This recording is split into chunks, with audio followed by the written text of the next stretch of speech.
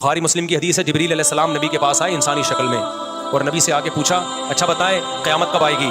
آپ نے کیا جواب دیا؟ مل مسئول عنہا بأعلم من السائل، ہر سوال کا جواب میرے پاس نہیں ہے۔ فرمایا جس سے پوچھا جا رہا ہے اس کو پوچھنے والے سے زیادہ معلومات نہیں ہے، یعنی نبی نے بتا دیا مجھے پتا ہے کہ تمہیں بھی نہیں پتا ہے کہ کب آئے گی، مجھے بھی نہیں پتا ہے اور تمہیں بھی نہیں پتا ہے۔ پھر جبریل نے کہا کہ یا رسول اللہ علامتیں بتائیں قیامت کی، یہ تو نہیں پتا کب آئے گی، کچھ علامتیں تو ہوں گی، آپ نے علامتیں بتائی ہیں۔ ہمارے نبی نے قیامت کی علامتیں بتائی ہیں، قیامت کا ٹائم نہیں بتایا۔ اس میں ایک بڑی علامت کیا بتائی؟ ان تلد الامۃ ربتہا، باندی اپنے آقا کو جنے گی۔ سب سے زیادہ نبی کا مذاق اڑایا جاتا اس نظریے پہ کہ ہم مرنے کے بعد دوبارہ زندہ ہوں گے۔ اس نظریے پہ جتنا مذاق اڑایا گیا ہے نا اسلام کا اور پیغمبر اسلام صلی اللہ علیہ وسلم کا، اتنا مذاق کسی اور عقیدے پہ بولو نہیں اڑایا گیا۔ اس لیے قرآن اس کو بہت زیادہ فوکس کرتا ہے۔ قرآن کہتا ہے جو اس آسمانوں اور زمین کو اور اتنی خوبصورت کائنات کو پہلی مرتبہ بنا سکتا ہے، جو تم نے مان لیا کہ پہلی مرتبہ تو بنے ہیں نا، تو دوبارہ کیوں نہیں بنا سکتا بھائی؟ تو پھر وہ اسی مذاق میں نا نبی سے آ کے کہا کرتے تھے اچھا کب ہوگا، یہ ٹائم تو بتائیں، یہ دوبارہ زندگی ہمیں کب ملے گی، قیامت کب آئے گی، وہ عذاب کب ہوگا؟ تو اس کو قرآن نے جزو قرآن بنا دیا ان آیتوں کو۔ سأل سائل بعذاب واقع، اے نبی آپ سے ایک پوچھنے والا آ کے پوچھتا ہے مذاق اڑانے کی نیت سے، وہ عذاب کب واقع ہوگا جو واقع آپ کے خیال میں واقع ہونے والا ہے، بتا دینا، ٹائم بتا دینا۔ یہ سوال بھی بہت دہراتے تھے کب آئے گی کب آئے گی، ٹائم بتائیں ٹائم بتائیں۔ قرآن ہر دفعہ ایک ہی بات کو ریپیٹ کرتا ہے لیکن مختلف انداز سے۔ تیسرا حکم جو اللہ نے بہت زیادہ قرآن میں بیان کیا ہے، ہر رکوع میں ہر پارے میں بار بار، میں یہ اس لیے تین احکام کو بار بار کر رہا ہوں کہ انہی تینوں کو چھوڑا ہوا ہے ہم نے، اور میں اسی تینوں پہ بہت زیادہ اسی وجہ سے بیان کرتا ہوں کہ قرآن کے بیسک ٹاپکس ہیں۔ تو تیسرا کیا؟ مرنے کے بعد ختم نہیں ہوگا میرے بھائی۔ مرنے کے بعد تمہیں نظر آتا ہے کیڑے کھا کے ختم کر دیتے ہیں، یہ تمہاری باڈی ختم ہوتی ہے، تم ختم بولو نہیں ہوتے، تم فنش نہیں ہوتے، روح باقی رہتی ہے جس کو عذاب بھی ہوتا ہے ثواب بھی، اور میدان حشر میں دوبارہ ایک جسم ملے گا تمہیں۔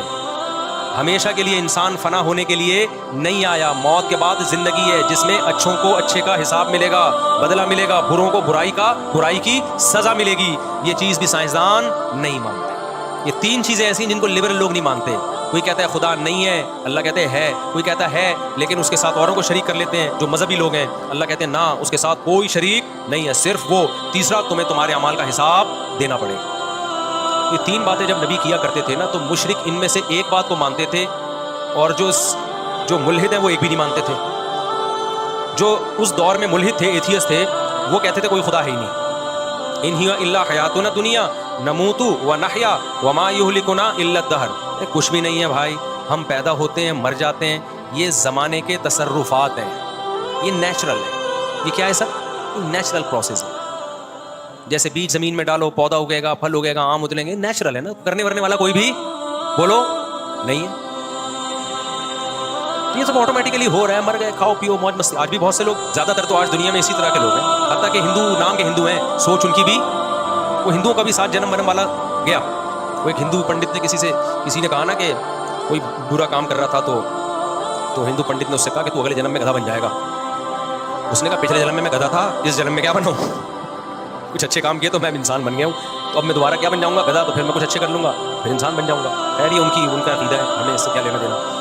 تو ان کا یہ کہ 7 جنم ہوتے ہیں، لیکن اب دنیا میں لوگ اس کو، کیونکہ کسی مستند کتاب سے ثابت نہیں ہے وہ، تو جو ملحد تھے وہ کہتے تھے ان ہی الا حیاتنا الدنیا، صرف ایک دنیا کی زندگی ہے، مرتے ہیں پیدا ہوتے ہیں، زمانے کے تصرفات ہیں اور کچھ بھی نہیں ہے۔ ان پہ قرآن نے رد کیا، اوحا ربک الی النحل، اللہ کہتے ہیں یہ نیچر نے اتنی حسین ہے کہ ایک شہد کی مکھی، ملکہ مکھی، مزدور مکھیاں پورے ایک گیدرنگ کے ساتھ جاتی ہیں، چھتا تیار کرتی ہیں، اور فصل کی سبول ربی کی ذلولا، قرآن ایک چیز کو ہائی لائٹ کرتا ہے شہد کی مکھی کی، اتنے لمبے لمبے راستے ٹریول کر کے دوبارہ اسی چھتے میں آتی ہیں، ایسی خوبصورت مینجمنٹ کے بعد اور محنت کے بعد اتنا خوبصورت شہد نکالتی ہیں جس کا ذائقہ اتنا مزیدار، اور اس میں کیسی شفا رکھی ہوئی ہے۔ میٹھی چیزیں اکثر صحت کے لیے نقصان دہ ہیں، شہد صحت کے لیے انتہائی فائدہ مند ہے۔ اللہ کہتے ہیں یہ فطرت کی بیوٹی نہیں ہے، یہ اس خدا کی کمال ہے جس نے اس فطرت میں حسن ڈالا ہے۔ حسن آٹومیٹکلی نہیں آتا۔ کبھی دیکھا دلہن بیٹھے بیٹھے تیار ہو گئی، بیوٹی پارلر جائے گی، 2 گھنٹے ڈسٹمپر کے ڈبے خالی ہوں گے۔ تو یہ ٹاپک قرآن نے بہت زیادہ بیان کیا ہے کہ اگر یہ آٹومیٹکلی ہوتا، آج میں جو سورہ فرقان ہے نا، سورہ فرقان پڑھ رہا تھا، هو الذی خلق من الماء بشرا فجعله نسبا وصہرا، یہ آیت مجھے بڑی پیاری لگتی ہے، بڑا مزہ آتا ہے اس کو پڑھنے میں۔ سورہ فرقان پڑھا کرو، بہت مزہ آئے گا۔ تبارک الذی نزل الفرقان علی عبدہ لیکون للعالمین نذیرا. ایسے انداز سے شروع ہوتی ہے نا, ایسا انداز ہے شروع میں انسان کو ہلا دیتی ہے. بہت برکت والی ہے وہ ذات جس نے اپنے ایک بندے پر الفرقان, حق اور باطل میں دودھ کا دودھ اور پانی کی طرف فرق کرنے والی کتاب پیدا کی ہے, کانسیپٹ کو کلیئر کرنے والی کتاب پیدا کی ہے الفرقان. لیکون للعالمین نذیرا, تاکہ وہ ایک یتیم پیغمبر, یتیم محمد صلی اللہ علیہ وسلم سارے جہانوں کے سارے انسانوں کو اللہ کے خوف اور اللہ کے عذاب سے ڈرا دے. کیا ڈرائے؟ کہ تم سب آزاد نہیں ہو, تم میں ہر شخص سے اپنے اعمال کا حساب دینا پڑے گا. اس پیغام کو لے کے محمد صلی اللہ علیہ وسلم مکہ میں آئے, اور ایک یتیم پہ اللہ کہتے ہیں ہم نے قرآن اس لیے نازل کیا تاکہ یہ یتیم ساری دنیا کے سارے انسانوں کو بتا دے کہ مرنے کے بعد ختم نہیں ہونا, مرنے کے بعد حساب و کتاب دینا ہے. کیا جلال ہے یار اس ایک آیت میں. اور نازل کب ہو رہی ہے؟ مکہ میں, جب 4 آدمی بھی مسلمان نہیں ہوئے تھے. اور ایسے یتیم پہ نازل ہو رہی ہے جو نہ لکھنا جانتے اور نہ پڑھنا جانتے. کیا کانفیڈنس ہے یار, کیا کانفیڈنس ہے.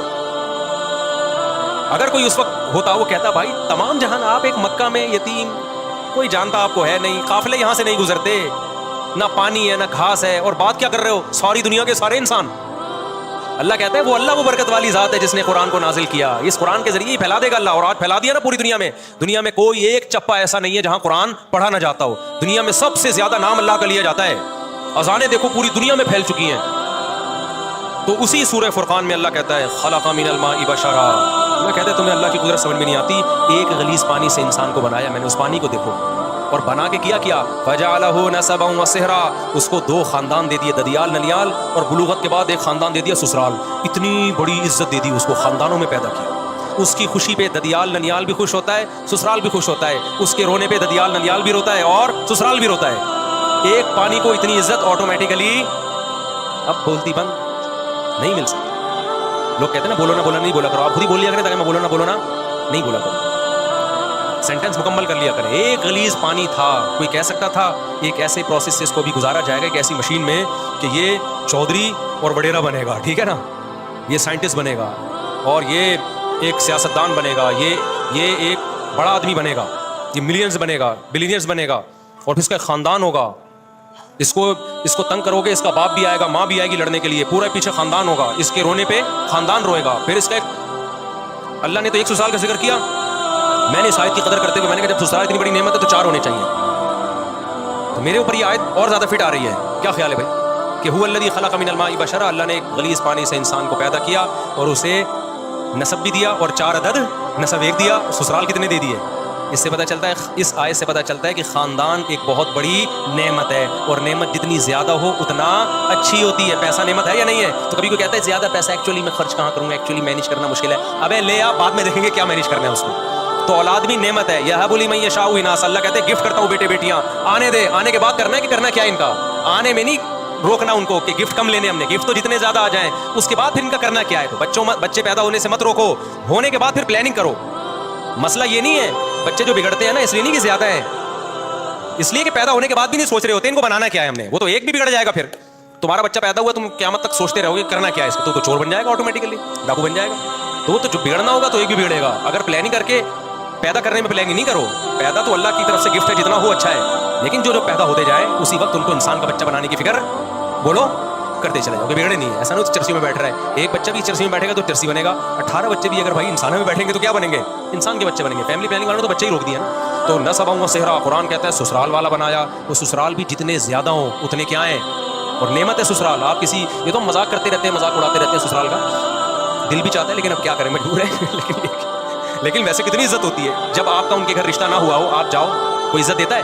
جہاں آپ کی بات ابھی شادی بھی نہیں ہے, صرف رشتہ طے ہو گیا ہے, بھائی دولہا بھائی آئے ہیں, ان کا سموسے کا پوچھو, ایسا نہ برا لگ جائے. آپ کو پتا ہے ادھر اس کو ٹینشن دی, پارسل کدھر کرے گا, یہ بہن پہ جا کے پارسل کرے گا. یہ سسر کو پتا ہوتا ہے داماد کو ذرا سا ٹارچر کیا, میرے سامنے تو کچھ نہیں بولے گا, یہ پارسل کدھر کرے گا, بیٹی پہ جا کے غصہ نکالے گا. کیسی رسپیکٹ مل رہی ہوتی ہے دامادوں کو. کیا خیال ہے بھائی, بیٹھیے آپ آئیے, ورنہ کون گھسنے دیتا ہے یار. تو قرآن کیا کہہ رہا ہے بھائی, یہ اس ٹاپک, یہ قرآن کہہ رہا ہے یہ آٹومیٹیکلی یہ ممکن کہ پانی کو اتنی عزت مل جائے, اس کے دنیا میں آنے سے پہلے اس کے خاندانوں کا انتظام ہو جائے, بلوغت کے بعد بھی انتظام ہو. یہ اگر آٹومیٹیکلی ہو رہا ہوتا تو اس کائنات میں اتنی بیوٹی, اتنا حسن نہیں ہوتا اس کائنات. یہی وجہ ہے کہ جو قرآن کے منکر ہیں وہ اس بیوٹی سے محروم. ان کے ہاں نہ سسرال ہوتا ہے نہ دریال ہوتا ہے. ایک ننیال میں ایک عدد اماں رہ گئی ہے بس خالی ان کی, اور اس سے وہ جان چھڑا نہیں سکتے. ورنہ گورے کا بس چلے تو وداؤٹ اماں بچے پیدا ہوں, کلوننگ کے ذریعے, ٹیسٹ ٹیوب کے ذریعے, اماں کے رشتے سے بھی کٹا دیں، بولو ریاست کے غلام بن کے رہو، بس تم اسٹیٹ کے غلام بنو، ٹیکس ٹائم پہ دے دیا کرو۔ وہ مجبور ہے، اماں سنگل مدر، سارا ان کا نہ ان کے یہاں سسرال ہوتے ہیں، نہ سالے ہوتے ہیں، نہ سالی ہوتی ہیں، نہ کزنیں، نہ وہ سب سیٹ اپ آہستہ آہستہ کیا ہو گیا، ختم۔ کیوں؟ اللہ کی آیتوں کا انکار کیا، تو اللہ نے خاندانوں کی جو محبتیں تھیں وہ چھین کے اس کے بدلے میں ان کو کتے پکڑا دیے اللہ نے، جب ان کتوں سے دل لگاؤ۔ فرانس میں بھی کتے پالے جاتے ہیں، میرا ویزا ریجیکٹ ہوا اس چکر میں یورپ کا، انہوں نے کہا ہمارا مذاق اڑاتا ہے، میں نے کہا مذاق نہیں اڑا رہا بھائی، آپ تو کتے پالتے ہیں ماشاءاللہ، کتنے اچھے لوگ ہیں آپ لوگ، کتے پالتے ہیں، ہمارے کتوں کا حال دیکھو۔ ابھی ایک واقعہ سناؤں، کتے میں بڑا زبردست واقعہ ہے، اتنے کتے ہو گئے نا، اللہ کے ایم سی والوں کو بہت جزائے خیر دے، کچھ رپورٹیں آئی ہیں انہوں نے کتے مارنا شروع کیے۔ ہوا یہ کہ کل ایک داڑھی والے صاحب آئے، داڑھی ان کی، تسبیح ہاتھ میں، یہی ہمارے دوست ہیں اور ٹوپی ماشاءاللہ بڑا پرنور چہرہ، مجھے کہتے ہیں مفتی صاحب مجھے ایک مسئلہ بتائیں۔ میں نے کہا کیا ہو گیا؟ کہتے ہیں یار وہ ایک کتا مر رہا تھا اور بالآخر اس نے دم توڑ دیا، تو کے ایم سی کی گاڑی مجھے نظر آئی، میں نے کہا یہ آپ لوگوں نے میں سے کسی نے مارا ہے؟ اس نے کہا ہاں۔ کہتے ہیں میں نے کہا بہت شکریہ آپ کا، اللہ جزائے خیر دے یار، یہ تو کتے بہت کاٹ رہے تھے انسانوں کو، تو شکر ہے آپ نے کچھ کنٹرول کیا۔ ایک نقاب میں خاتون ڈرائیونگ کرتے ہوئے نا گاڑی کہتے ہیں میرے قریب آ کے رکی، انہوں نے میری بات کہتے ہیں سن لی، انہوں نے کہا کہ یہ آپ کہہ رہے ہیں کتا مارنے کے بارے میں؟ جی میں نے کہا آپ کو خوشی ہوئی ہے کتے کو اس طرح سے مارا گیا اور یہ مر گیا؟ نہیں زہر وہر کچھ کھلایا ہو؟ جی مجھے خوشی ہوئی ہے۔ تو آپ نماز بھی پڑھتے ہیں؟ ابھی نماز پڑھنے جا رہے ہیں؟ جی نماز، دعا بھی مانگیں گے اللہ سے، ذکر اذکار بھی؟ جی نہیں، ایک طرف آپ کتے مار رہے ہیں، دوسری طرف نمازیں پڑھ رہے ہیں، مطلب یہ تھا کہ یہ کھلا تضاد نہیں ہے؟ یعنی ایک طرف آپ ٹوپی پہن کے داڑھی پہن کے اتنے اچھے کام بھی کر رہے ہو اور دوسری طرف مخلوق پر کتوں کے ساتھ یہ ظلم، یعنی عجیب اسلام ہے آپ کا، ادھر کتے بھی مار رہے ہو ادھر اللہ کی عبادت بھی۔ کہتے ہیں میں نے اس خاتون سے کہا، کل کا واقعہ، کہتے ہیں میں نے اس خاتون سے کہا کہ دیکھیں یہ کتے انسانوں کو کاٹتے ہیں، خاتون فوراً کہتی ہے کیا سارے کتے کاٹتے ہیں؟ میں نے کہا نہیں، کتے پہ لکھا ہوتا ہے کہ یہ کاٹے گا اور یہ والا کاٹنے کے لیے، اور یہ کسی کو کچھ بھی نہیں کہے۔ وہ بیچارے اتنے کنفیوز ہوئے اس خاتون کی نصیحت سے، میرے پاس آیا کہ یار مصعب میں نے کوئی ظلم ہو گیا؟ میں نے اس کو اپریشیٹ کر دیا کہ میں نے کہا کے ایم سی والوں نے پہلی دفعہ کوئی خاندانی انسانوں کے بجائے فوکس کس کو کرنا شروع کر دیا انہوں نے، یہ ایک بہت گڈ نیوز ہے۔ پہلے تو جو گٹر کے ڈھکن، یہ کے ایم سی کی ذمہ داری ہے نا، گٹر کے ڈھکن میں کتنے مرد ہلاک ہو گئے ہیں وداؤٹ ڈھکن کے لوگ، تو یہ سب کے ایم سی کے کھاتے میں جا رہے ہیں نا، اور جو بجلی کے کھمبوں سے لوگ اتنے کتے، یار آپ کی سوچ ہوگی، ساری جو اینیمل لورز اور این جی اوز ہیں وہ آ کے وہ رکاوٹ بنتی ہیں۔ خیر بات کو جلدی سے سمیٹیں، نماز کا ٹائم ہونے والا ہے۔ تو اللہ میاں نے اس نظریے پہ بھی قرآن میں بہت رد کیا کہ اس کائنات میں نیچر میں جو بیوٹی ہے آٹومیٹیکلی نہیں ہے۔ دوسرا نظریہ شرک کا، جو اللہ کو مانتے ہیں وہ اللہ کے علاوہ بھی بہت سو کو مانتے ہیں۔ ہندو دیکھو نا کتنے کتنے بھگوان ان کے، تو قرآن نے کہا اللہ کا مطلب کیا ہے، صرف ایک، کسی مزار پہ کسی قبر سے نہیں مانگنا، کسی بزرگ سے نہیں مانگنا، انتم الفقراء الی اللہ، تو ہم سب کے سب اللہ کے در کے محتاج، حاجت روائی مشکل کشائی اللہ کے سوا کوئی نہیں کرے گا۔ اور تیسرا قرآن نے جس چیز کو فوکس کیا، جس کا اس آیت میں تذکرہ ہے کہ موت کے بعد حساب و کتاب ہے، تو یہ جو آیت میں نے پڑھی ہے نا، ہوا یہ تھا تینوں پہ مذاق اڑتا تھا نبی صلی اللہ علیہ وسلم کا، لیکن سب سے زیادہ مذاق پتہ ہے کس عقیدے پہ اڑایا جاتا تھا؟ خدا کے انکار یا خدا کی توحید پہ نہیں، سب سے زیادہ نبی کا مذاق اڑایا جاتا اس نظریے پہ کہ ہم مرنے کے بعد دوبارہ زندہ ہوں گے۔ جب ان کی بات ہوتی نا کہ صرف ایک اللہ ہے تو وہ طنز کرتے تھے، استہزاء بہت زیادہ نہیں کرتے تھے وہ۔ جب ان کو کہا جاتا کائنات کو بنانے والا کوئی ہے، نظریاتی اختلاف کرتے تھے، اس پہ استہزاء نہیں کرتے تھے بہت زیادہ۔ لیکن جب یہ کہا جاتا موت کے بعد زندگی ہے، اس پہ بہت مذاق اڑایا مشرکین نے۔ سورہ یاسین ہے نا، قرآن کہتا ہے مشرک بوسیدہ ہڈی لے کر آیا قبر کی پرانی، کہنے لگا میں یحیی العظام وہی رمیم، بھائی یہ ہڈی سڑ گئی، کیڑے کھا گئے، یہ زندہ ہوگی؟ ہی ہاتا لما توعدون، دوسرے مقام پر ہے اے لوگو یہ پیغمبر جو تم سے وعدہ کر رہے ہیں نا موت کے بعد زندگی، ہی ہاتا، یہ عقل سے بہت کیا ہے؟ ہی ہاتا ہم کہتے ہیں بھائی یہ بالکل فضول بات ہے، معاذ اللہ، بالکل کھوپڑی میں آنے والی نہیں ہے۔ ہم مر کے سڑے کیوں؟ زندہ کرنا ہوتا باڈی اللہ سلامت کیوں نہیں رکھتا؟ سڑ گئے، درندے کھا گئے، کھاد بن گئے، نالوں میں بہہ گئے، جلا دیا، اب کیا زندگی ہے؟ اس نظریے پہ جتنا مذاق اڑایا گیا ہے نا اسلام کا اور پیغمبر اسلام صلی اللہ علیہ وسلم کا، اتنا مذاق کسی اور عقیدے پہ بولو نہیں اڑایا گیا۔ اس لیے قرآن اس کو بہت زیادہ فوکس کرتا ہے۔ قرآن کہتا ہے جو اس آسمانوں اور زمین کو اور اتنی خوبصورت کائنات کو پہلی مرتبہ بنا سکتا ہے، جو تم نے مان لیا کہ پہلی مرتبہ تو بنے ہیں نا، تو دوبارہ کیوں نہیں بنا سکتا بھائی؟ اللہ نے پھر مثالیں کیسی کیسی دی ہیں، اللہ ہم سے ہماری زبان میں مثالیں سمجھاتا ہے، جو مثالیں ہمارے کلچر میں رائج ہیں۔ اللہ کہتے ہیں بتاؤ کسی چیز کو پہلی دفعہ بنانا آسان ہے یا دوسری دفعہ؟ دوسری دفعہ آسان ہوتا ہے۔ منی سے انسان بنا دیا تو اس انسان کو مر کے دوبارہ کیوں نہیں بنا سکتا؟ ریپیئرنگ تو آسان ہے، فرسٹ ٹائم ایجاد کرنا۔ ادھر موبائل مارکیٹ میں نیا موبائل آتا ہے، فوراً 20 کاپیاں اس کی آ جاتی ہیں، وہ کاپی کرنے والے فرسٹ ٹائم نہیں بنا سکتے تھے، دیکھ دیکھ کے کاپی کر لیتے ہیں۔ افغانستان میں بمباری ہوتی تھی، امریکی جہاز ہیلی کاپٹر ویپن ہوتا تھا، تو چائنا والے اور کہتے ہیں دنیا والے پہنچ جاتے ہیں، دیکھیں کاپی کریں ٹیکنالوجی. فرسٹ ٹائم بنانا مشکل ہے، ٹیکنالوجی کو کاپی کرنا کیا ہے آسان. اللہ کہتے ہیں جب یہ کچھ بھی نہیں تھا میں نے سب بنا دیا، تو تمہیں دوبارہ بنانا کیا مشکل ہے، اس میں کیوں مذاق اڑا رہے ہو. تو پھر وہ اسی مذاق میں نا نبی سے آ کے کہا کرتے تھے اچھا کب ہوگا، یہ ٹائم تو بتائیں، یہ دوبارہ زندگی ہمیں کب ملے گی، قیامت کب آئے گی، وہ عذاب کب ہوگا. تو اس کو قرآن نے جزو قرآن بنا دیا ان آیتوں کو. سأل سائل بعذاب واقع، اے نبی آپ سے ایک پوچھنے والا آگے پوچھتا ہے مذاق اڑانے کی نیت سے، وہ عذاب کب واقع ہوگا جو واقع آپ کے خیال میں واقع ہونے والا ہے. بتا دینا، ٹائم بتا دینا. جیسے ایسے ہی ہے جیسے کوئی ہمیں دھمکی دے رہا ہو میں پولیس لے آؤں گا، کہتے ہیں لے آنا، ٹھیک ہے نا، بتا دے یار کب آئے گی. تو مذاق اڑانا شروع کر دیا.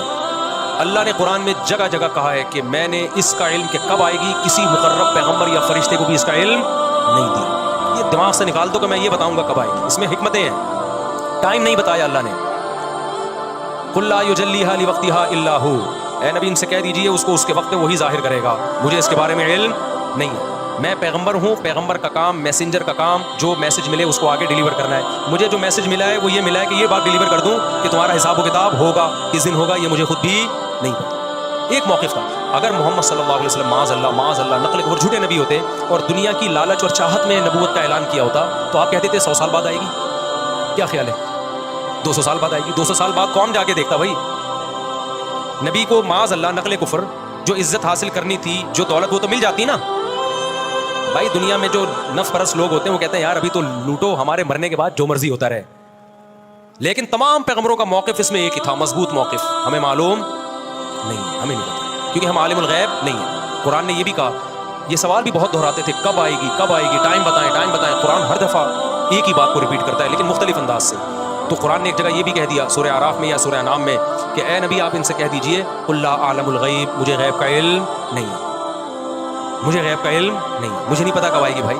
یہ تو جس سے جو دے گا وہ بتائے گا تو پتہ چلے گا، وہ نہیں بتا رہے. یہ فرشتے کو بھی علم نہیں. بخاری مسلم کی حدیث ہے، جبریل علیہ السلام نبی کے پاس آئے انسانی شکل میں اور نبی سے آ کے پوچھا کہ ایمان کیا ہے، اسلام کیا ہے. آپ نے بتایا ایمان ایک خدا پہ ایمان لانا، موت کے بعد زندگی، فرشتوں پہ ایمان. جبریل نے پوچھا کہ اسلام کیا ہے، آپ نے فرمایا اسلام ہے 5 نمازیں قائم کرنا، زکوٰۃ ادا کرنا، رمضان کے روزے رکھنا اور حج بیت اللہ کرنا.